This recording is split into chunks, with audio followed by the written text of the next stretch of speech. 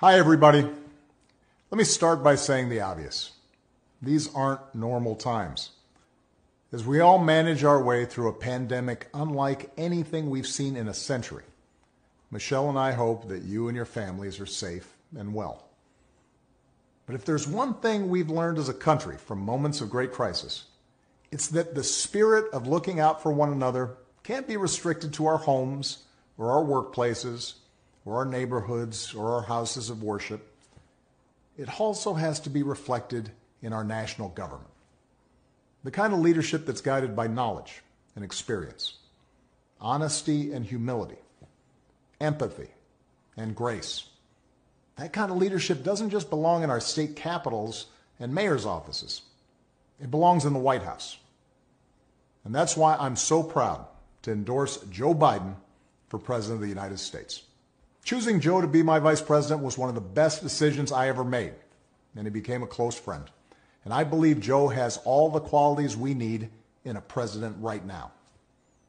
He's someone whose own life has taught him how to persevere, how to bounce back when you've been knocked down. Through all his trials, he's never once forgotten the values or the moral fiber that his parents passed on to him and that made him who he is. Joe helped me manage H1N1 and prevent the Ebola epidemic from becoming the type of pandemic we're seeing now. He helped me restore America's standing and leadership in the world on the other threats of our time, like nuclear proliferation and climate change.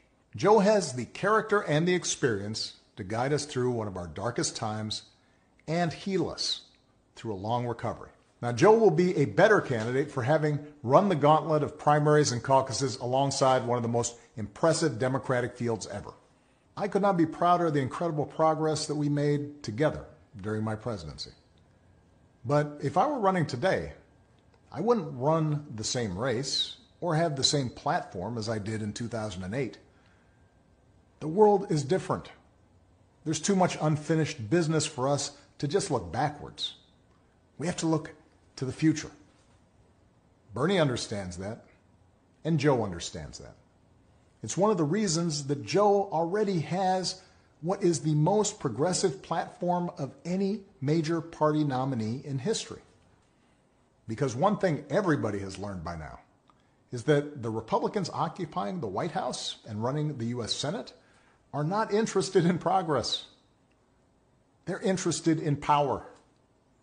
So our country's future hangs on this election. And it won't be easy. The other side has a massive war chest. The other side has a propaganda network with little regard for the truth. Right now, we need Americans of goodwill to unite in a great awakening against a politics that too often has been characterized by corruption, carelessness, self-dealing, disinformation, ignorance, and just plain meanness. Now's the time to fight for what we believe in. So join us. Join Joe. Keep believing in the possibilities of a better world. And I will see you on the campaign trail as soon as I can. 林视频 APP 等你下载。